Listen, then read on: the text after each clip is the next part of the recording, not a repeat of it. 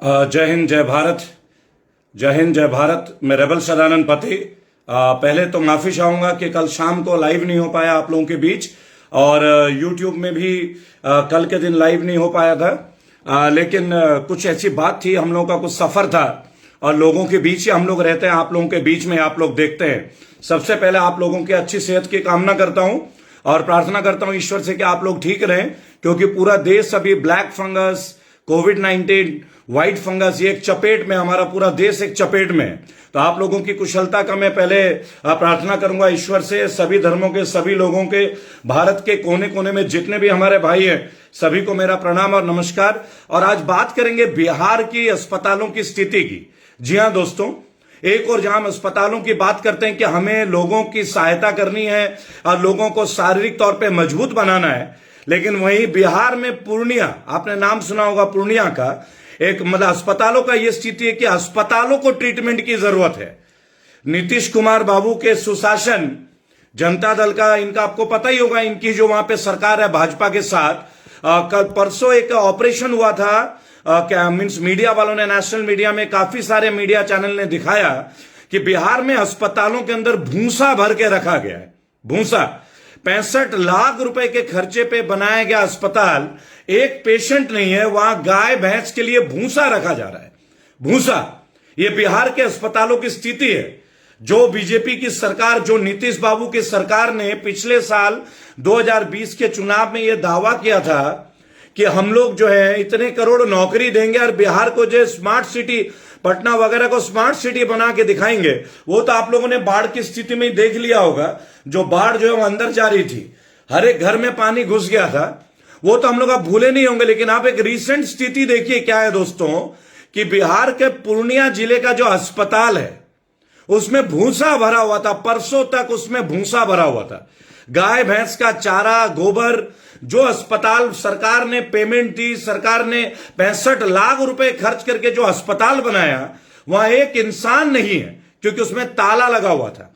और जब मीडिया वालों ने इसके ऊपर मेहनत की, उसके बाद जाके वो ताला टूटा। और वो इतनी गंदगी है कि अगर कोई व्यक्ति कोविड पॉजिटिव ना भी हो ना, तो उसको भी कोविड हो जाए, आप ये लगा दें उस अस्पताल में। ये बिहार के अस्पतालों की स्थिति है। अभी आपने कुछ दिन पहले देखा होगा राजीव रूडी जी के स्टेटमेंट, वहां एम्बुलेंस छुपा के रखे गए थे, उनको जवाब नहीं दिया जा रहा है, उधर पप्पू यादव जेल में।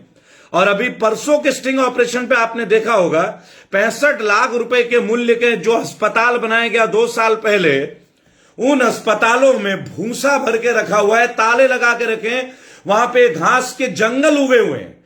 तो अगर आप सोचेगा देश की स्थिति देखिए क्या है, 50,000 लोगों में एक डॉक्टर 50,000 लोगों के बीच, 70,000 लोगों के बीच, कहीं पे 30,000 लोगों के बीच, आप समझ लीजिए एक डॉक्टर। ये मनोज कुमार जी लिखते हैं बीजेपी जिंदाबाद, यूट्यूब में लिख रहे हैं। मनोज कुमार जी, अगर आप लिखते हैं कि बीजेपी जिंदाबाद, मुझे कोई प्रॉब्लम नहीं है, कोई प्रॉब्लम नहीं है। पर मनोज कुमार जी, आपके सुशासन बाबू और आपके आत्मनिर्भर भारत के जनक कहने वाले माननीय और पूजनीय मोदी जी, उनसे सवाल कीजिएगा कि एक भी अस्पताल नहीं बना पाए वो अपने राजकाल में। हम तो अब राजकाल बताते हैं, क्योंकि राजा जब मन की बात करने लगता है तो वो राजा ही कहलाता है, प्रधानमंत्री कहां माने जाते हैं। फिर सोच का विषय, आप आते हैं चुपके से रेडियो में, मन की बात करते हैं, मुख्यमंत्रियों की बैठक करते हैं, मुख्यमंत्रियों को कुछ बोलने नहीं देते। जिन राज्यों की समस्या है, जिन राज्यों का जो समाधान है, वो वहां के मुख्यमंत्री बताएंगे, और आप मुख्यमंत्रियों के संबोधन में मुख्यमंत्रियों को ही बोलने नहीं दे रहे।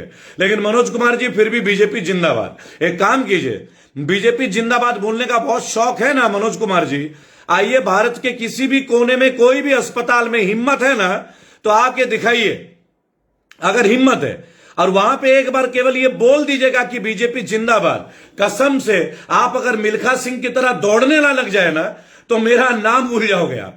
ये जो भी अंधभक्त मेरे पेज पे आके बीजेपी के बारे में गुणगान कर रहे हैं ना, उनको केवल एक बात मैं बोलना चाहूंगा। यहां मैं पार्टी की बात नहीं कर रहा हूं, अस्पतालों की बात कर रहा हूं। मूर्खों, हमारे देश में 70,000 लोगों में, 50,000 लोगों में, 40,000 लोगों में एक डॉक्टर का प्रावधान है, एक डॉक्टर उपलब्ध है। और उसके बाद आपको यह लगता है कि हम गुणगान करें आत्मनिर्भर भारत को कहने वाले मोदी जी का? मजाक समझ रहे हैं क्या? है केवल पर्चों में। मैं आपको एक बात बता दूं, अगर आप दिल्ली में अक्षरधाम कभी घूमते होंगे दोस्तों, दिल्ली में मंदिर है अक्षरधाम का, बहुत विख्यात है, मेरी भी श्रद्धा है, मैं जाता हूं। लेकिन अक्षरधाम मंदिर का जो मेट्रो स्टेशन है ना दोस्तों, उस पे आपको दिल्ली सरकार की पोस्टर नहीं दिखेंगे। वहां पे माननीय योगी आदित्यनाथ जी के फोटो ही फोटो, और तो और जो पुलिस का पिकेट है ना, जहां पुलिस की छोटी सी चौकी है, उसके ऊपर भी भाजपा का पोस्टर लगा हुआ है भर के। और उसमें पता है क्या लिखा है कि यूपी में 7 लाख शौचालय, 3 लाख शौचालय बनाए गए। अब आप सोचिएगा, उत्तर प्रदेश में शौचालय बनाया जा रहा है और उसकी पब्लिसिटी दिल्ली में की जा रही है ना। अरे भैया, ये लोगों का टैक्स का पैसा है, इसको कहां आप नोटिस करवा रहे हो? अरे ये मैं कोई जुबानी बात नहीं कर रहा हूं, मेरे पेज पे वीडियो पहले भी आप दोबारा देख लीजिएगा, कल मैं लाइव करके आपको दिखा दूंगा पुनः। दिल्ली में जगह जगह में उत्तर प्रदेश के शौचालयों का ढींगरा लगा हुआ है, बहुत बड़े बड़े पोस्टर। माननीय योगी आदित्यनाथ जी ने, उनकी सरकार ने 7 लाख शौचालय बनाए। मुझे एक बात बताइए, क्या दिल्ली के लोग शौचालय के लिए जाएंगे उत्तर प्रदेश? अगर आपको उत्तर प्रदेश का कुछ काम करना है, आप पब्लिसिटी कीजिए, कोई मना नहीं है, लेकिन बता सकेंगे कि उत्तर प्रदेश की पब्लिसिटी दिल्ली में करने का कितना करोड़ का खर्चा आता है जी? और वो पैसा अगर आज हमारे एम्बुलेंस में खर्चा दिया होता तो कितना अच्छा होता है। माननीय सुप्रीम कोर्ट ने कल हाई कोर्ट को तल्ख टिप्पणी की कि आप ऐसे ऑर्डर ना दे जो कि पॉसिबल ना हो। क्यों भाई, क्यों पॉसिबल नहीं होगा? माननीय सुप्रीम कोर्ट जी, आपसे एक सवाल है मेरा, अगर हाई कोर्ट ने यह कह दिया कि हर गांव को 2 एम्बुलेंस मिले, तो क्या हर गांव को 2 एम्बुलेंस मिलने का अधिकार नहीं है? इन नेताओं को फॉर्च्यूनर, इन नेताओं को BMW, ऑडी, मर्सिडीज, इन नेताओं को अपाचे, इन नेताओं को पता नहीं इतने बड़ी बड़ी सिक्योरिटी, और ग्रामीण क्षेत्र में एक गांव को 2 एम्बुलेंस भी नहीं। यह इंसाफ होगा? ऐसे हम सुप्रीम कोर्ट में आस्था रख पाएंगे क्या? सुप्रीम कोर्ट तब कहां रह जाता है जब पप्पू यादव जैसा व्यक्ति को जेल में डाल दिया जाता है, और राजीव प्रताप रूडी जहां पे इतने सारे एम्बुलेंस को छुपा के रखते हैं, उनके ऊपर सुप्रीम कोर्ट की कोई टिप्पणी नहीं होती।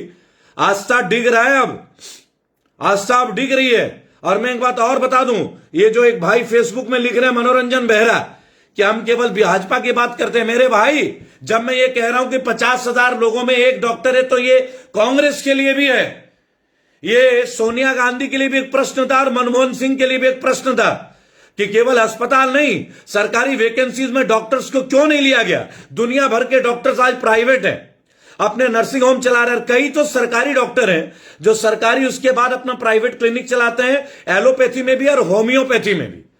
अब आएंगे हम इनके ऊपर, हम उन डॉक्टर्स के पास भी आएंगे जो 1-1 हजार रुपए विजिटिंग फी ले रहे हैं। जब आप सारी चीजें बंद करोगे तो इन डॉक्टर्स को किसने परमिशन दे दिया कि 1-1 हजार का विजिटिंग फीस? बहुत बड़े बड़े डॉक्टर हैं, आपकी उन्हीं की बैंड बजाएंगे हम लोग। ये मत सोचिएगा कि छोड़ दिया जाएगा, हमने रेबल फाउंडेशन ऐसे नहीं बनाया। और हमें आपको एक भी बात बता दूं, ये जितने अस्पताल वाले हैं, सबकी सरकार के साथ बढ़िया साठगांठ है, चाहे भाजपा हो, चाहे कांग्रेस हो, चाहे कहीं का भी हो। आप देखते होंगे, एक भी स्कूल के खिलाफ और एक भी अस्पताल के खिलाफ ना कांग्रेस बोलती है, ना आम आदमी पार्टी कह रही है, और ना ही भाजपा कह रही है। जिन स्कूलों में लगातार फीस लिया जा रहा है, उसके ऊपर कोई एक्शन नहीं है। तब माननीय सुप्रीम कोर्ट को हम लोगों का दर्द नहीं दिखता। आपने लॉकडाउन कर दिया, लोगों के पास रोजगार नहीं है, लेकिन स्कूल की फीस चालू है। अरे एक लिमिट तो होगी ना। ये तमाम बड़े बड़े जो स्कूल हैं, इनके स्कूल बंद है, तो पूरी फीस क्यों दी जा रही है? कहीं तो कॉम्प्रोमाइज करना पड़ेगा ना, तनख्वाह नहीं है उसका कॉम्प्रोमाइज कर। लेकिन इसके बारे में कोई नेता नहीं बोल रहा है, ना भाजपा का कोई एमएलए एमपी, ना ही शिक्षा मंत्री बोल रहा है। अरे तो मिनिस्ट्री ऑफ एजुकेशन को और सीबीएसई को इंटरफेयर करना चाहिए ना। आपने एग्जाम कंडक्ट नहीं कराया, बहुत बढ़िया, बराबर। आप मुझे एक बात बताइए, क्या सीबीएसई का एग्जाम फीस लिया नहीं गया था क्या वो फीस वापस कर दी गई? आप बताइएगा। अब लैब तो चल नहीं रहे, लोगों को एक्स्ट्रा पैसा देना पड़ रहा ऑनलाइन क्लासेस के लिए, वाईफाई कनेक्शन के लिए, उनके बारे में कौन चर्चा करेगा? हमें और आपको। लेकिन यहीं पे लोग अभी भी भाजपा का गुणगान, कोई कहता है कि कौन बेहतर है। अरे बेहतर को तो हम करेंगे मिलके। आप वो ताकत बन सकते हैं भारत में कि आपके दरवाजे पे कोई एमएलए एमपी खड़ा नहीं हो पाएगा अब की बार वोट मांग। आप याद रख लीजिए, जो एमएलए एमपी आप कोरोना में नजर नहीं आया, इनको खदेड़ना है, दौड़ाना है इनको अपने घरों से बाहर। अगर ये वोट मांगने आए, इन बेशर्मों के वहीं पे ढंग से इनकी खातिरदारी करनी है, सम्मान पूर्वक विदाई देंगे। आप समझ रहे हैं ना कौन से सम्मान की मैं बात कर रहा हूं? इतने सारे एग्जामिनेशन फॉर्म भर लिए गए कॉम्पिटिटिव एग्जाम के, आज तक उनके पैसा को खाया जा रहा है, और सरकार खा रही है पैसे। ये आपको क्लियर बता दूं, लाखों करोड़ों पैसे फॉर्म के नाम का। भारत का सबसे बड़ा घोटाला है ये फॉर्म घोटाला। एसएससी जीडी वाले बेचारे 14 फरवरी से दर दर भटक रहे हैं। 2018 से उनकी जॉब नहीं मिल रही है, लेकिन माननीय गृह मंत्रालय को उनके प्रति कोई संवेदना नहीं है। अमित शाह जी को बंगाल का दौरा याद रहता है, दीप जलाना याद रहता है, लेकिन एसएससी जीडी के तमाम बच्चों के लिए एक दर्द नहीं है अमित शाह को। आप सोचिए, ये लोग बंगला साहब गुरुद्वारे में रुके हुए हैं, इनके ऊपर लाठीचार्ज कर दी जाती है। आप सोचिएगा। देखिए, मैं एक बात आपको बोलूंगा, आज बदहाल स्थिति है अस्पतालों में। पूर्णिया में, बिहार में भूसा भर के रखा गया था इतने सालों से, कल से उसका सफाई चल रहा है। कहां गए उनके डॉक्टर? सस्पेंड मत कीजिए, जेल में डालिए, जेल में डालिए। अगर आप किसी रेपिस्ट को सरेआम सजा दोगे ना, तो लोगों में भय होगा। उसी तरह जो डॉक्टर, जो व्यक्ति अपना सरकारी पद पे दुरुपयोग कर रहा है, आप प्राइवेट मत कीजिए सरकारी संस्थानों को, आप उनको बढ़िया से पनिशमेंट दीजिए। एक को सजा दोगे ना, लोगों में दहशत फैल जाएगी और उस दहशत से लोग अपनी जिम्मेदारी को निभाएंगे। लेकिन मोदी जी, आपने यह तरीका नहीं अपनाया। आपने उन संस्थाओं को प्राइवेट और बेचना शुरू कर दिया। इससे आपने कौन सा समाधान कर दिया जी? कौन सा समाधान हो गया? आज आपका 30 साल का राज था गुजरात में, सबसे ज्यादा केसेस, सबसे ज्यादा डेथ्स हुई है वहां पे, सबसे ज्यादा काला बाजारी हुई है अहमदाबाद, गुजरात और गुजरात के अन्य शहरों में। आज हर गुजराती परेशान है, लेकिन उनके आवाज को दबाया जा रहा है। और देखिए, अगर कांग्रेस वाले अब भी नहीं सुधरे, अगर अन्य पार्टियां इसी तरह ना सुधरी, तो बेड़ा गर्क हो जाएगा देश का। और ये बेड़ा गर्क अब हमारी जिम्मेदारी है दोस्तों। मैं बता दूं, ममता बनर्जी को भी एक बात क्लियर बता दूं, अगर फिरहाद हकीम अरेस्ट हुए थे और अगर फिरहाद हकीम इसमें जिम्मेदार हैं, तो कोई डिस्काउंट नहीं है टीएमसी के किसी नेता को। मैं सीबीआई के आला अधिकारियों से अगेन निवेदन करूंगा, अगर आपके पास सबूत है, जेल नहीं, आपकी बार सजा दिलवाइए। हम परेशान हो चुके हैं। बोफोर्स घोटाला, 2G, 3G, 4G, रफाल के ऊपर इतने सारे सवाल, खाली आरोप होते हैं, एक भी व्यक्ति को जेल नहीं होता। कैसा सिस्टम है? कैसा आप लोगों का इन्वेस्टिगेशन है कि लोगों को जेल में नहीं पहुंचा पा रहे हैं आप लोग?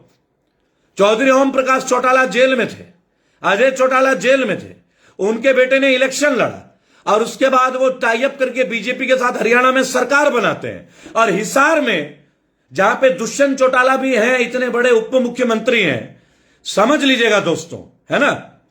अगर वो उप मुख्यमंत्री, मैं तो आजकल संपर्क कम रखता हूं, मैं आपको बताऊं, लेकिन हिसार में महिलाओं तक को पीटा गया, उस पर दुष्यंत चौटाला जी के मुंह में दही जम गया। आप ताऊ देवीलाल के पोते हैं दुष्यंत चौटाला जी, और आप ही के सरकार में किसानों को पीटा जा रहा। आज से एक हफ्ते पहले औरतों को पीटा गया, लहूलुहान किया गया। मनोहर खट्टर लाल जी के स्वागत समारोह में दिक्कत आ गई थी, इसलिए औरतों को भी पीटा गया। यह हाल है देश का। किसान पीट रहे हैं, अध्यापकों की मृत्यु हो रही है कोरोना की ड्यूटी में। आप देखिए देश की स्थिति क्या है। आज किसान पीटा जा रहा है, आज छात्रों को पीटा जा रहा है, उनका अधिकार उन्हें दिया नहीं जा रहा है। कोई आंदोलन करने जाए तो मुकदमे दर्ज हो रहे हैं, बराबर। और जो नेता आज कोरोना में भाजपा वालों का सरकार जिन्होंने बना रखा है, इवन गहलोत की कांग्रेस सरकार राजस्थान की, गूंगे की तरह बैठा हुआ है। एक व्यवस्था नहीं है इनका। कितने बच्चे मर गए राजस्थान के अस्पताल में, शर्म आनी चाहिए। प्रियंका गांधी चुप बैठी हैं घर के अंदर। आप बात करते हैं भाजपा, कह रहे भाजपा के बारे में हम बात कर लेंगे, आप अपनी पार्टी की बात कीजिए। आपने उत्तर प्रदेश में लल्लू को बना दिया प्रदेश अध्यक्ष, जिसको खेती का 1% नॉलेज नहीं है। आप क्या विपक्ष बनेंगे? विपक्ष बनने के लिए भी योग्यता की जरूरत होती है। हम जैसे साधारण भारतीय अब विपक्ष बनने के लिए तैयार हैं, आप लोगों की अब जरूरत नहीं रह गई है। कोई काम ही नहीं कर रहे हैं आप लोग। राहुल गांधी ट्वीट करते हैं, आप ट्वीट करते हैं, कभी केरल भाग जाते हैं। अरे उन लोगों के साथ खड़े होइए ना, आइए ना कोरोना वालों के परिवार के आप वीडियो जनरेट करके दिखाइए सब पूरे देश को, तब मानेंगे। मजाक हो रहा है देश में। किसानों पे लाठी, शिक्षकों को अस्पताल की ड्यूटी, इतने सारे शिक्षक, 1000 से ज्यादा शिक्षकों का मृत्यु हो जाना। उत्तर प्रदेश सरकार का कहना कि 3 शिक्षक मर गए। एक काम कीजिए, जरा बताएंगे उत्तर प्रदेश में कितने शिक्षकों की पद जो है रिक्त है, उसी से पता चल जाएगा कितने शिक्षक गायब हैं। अभी हम आरटीआई डाल रहे हैं उत्तर प्रदेश सरकार में कि उत्तर प्रदेश में कितने शिक्षक जो है उनका पद का रिक्त है। उन पद की रिक्ति कब से वेकेंट है, टीचर्स की पोस्ट, इसी से पता चल जाएगा दोस्तों कि सरकार सही। कल तो WHO ने भी बोला कि डेथ के, कोरोना में डेथ के सही आंकड़े नहीं दिखाए जा रहे हैं। कल तक तो WHO आप लोगों का पार्टनर था, स्वास्थ्य मंत्री जी तो उनके खासम खास थे। अब तो WHO ने भी गुणगान कर दिया आप लोगों के कार्य का। दोस्तों सचेत होइए, ये पार्टीज की बात नहीं है, भारतीयों की सुरक्षा का सवाल है। और ये जुमलेबाज जो है ना, ये सारे लोग जो केवल कैमरे में आते हैं, 2024 और 2022 में इनको मौका मत दीजिएगा। अभी तो ये झेल रहे हैं, पता नहीं तब क्या झेलेंगे। और मैं कोई इनके खिलाफ नहीं हूं व्यक्तिगत तौर पे, इनके पॉलिसीज के खिलाफ और हूं तो हूं, पहले ही बता रहा हूं। मैगजीन आने वाला है बहुत जल्द।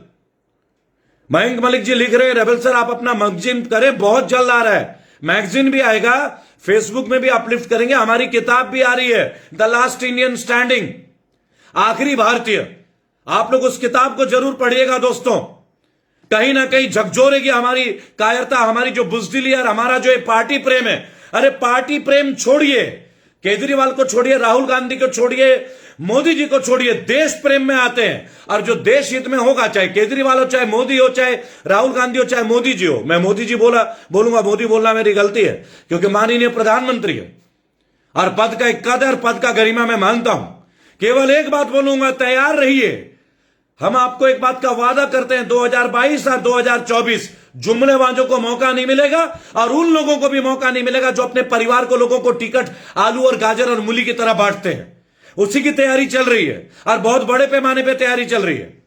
आप लोग साथ दीजिएगा तो बहुत कुछ कर पाएंगे। और एक बात ध्यान रखिएगा दोस्तों, कोई भी संगठन ना केवल भावनाओं से नहीं चलता, आप लोगों का सपोर्ट भी चाहिए होगा। और मैं खुल के बोलता हूं, कैसे लड़ूंगा इन लोगों के विरुद्ध अगर मेरे पास सब चीज ना रहे। आप लोग रहेंगे। आज से हमारा टोल फ्री नंबर 8800092747 सुबह 10:30 के बाद शाम के 8 बजे तक उपलब्ध रहेगा। आप लोग अपनी चीजें बोलिएगा, कॉल्स अटेंड होंगी। हमने कल से फैसिलिटेट कर दिया है। जो हमारा सर्वर टूट गया था, दोबारा मैं नंबर बता रहा हूं, 8800092747 सुबह 10:30 बजे के बाद रेबल फाउंडेशन का ये नंबर 24 घंटा अवेलेबल रहेगा। आप लोग अपनी चीजें बताएंगे, मेंशन होगा और आप लोगों को जोड़ने का काम शुरू हो चुका है। लेकिन याद रखिएगा, रेबल फाउंडेशन को भी आप लोगों की सपोर्ट की जरूरत है। अकेले ये लड़ाई हम नहीं लड़ सकते और इस लड़ाई के लिए आपका आशीर्वाद, आपका साथ, आप लोगों का वॉलंटियर होना और साथ ही वित्तीय तौर पर भी, मैं क्लियर बोलूंगा, इतने बड़े चीजों को लड़ने के लिए वित्तीय तौर पर भी हमें मजबूत होना होगा। आप लोगों का सपोर्ट हमें चाहिए होगा। जब आप लोग इस तरह से हमें सपोर्ट करेंगे, आपकी हर गली में हम आके खड़े होकर दिखाएंगे। लेकिन आपको समझना होगा, भारत के कोने कोने में जो हम लोग जाते हैं, हमें राजनीतिक सपोर्ट नहीं चाहिए, हमें पॉलिटिकल फंडिंग नहीं चाहिए, हमें आप लोगों का सपोर्ट चाहिए। क्योंकि आप लोगों की प्रॉब्लम्स आप लोगों के बीच में आकर उजागर करेंगे। आने जाने के लिए, रहने के लिए, वॉलंटियर्स को खिलाने के लिए भी पैसे की जरूरत पड़ती है।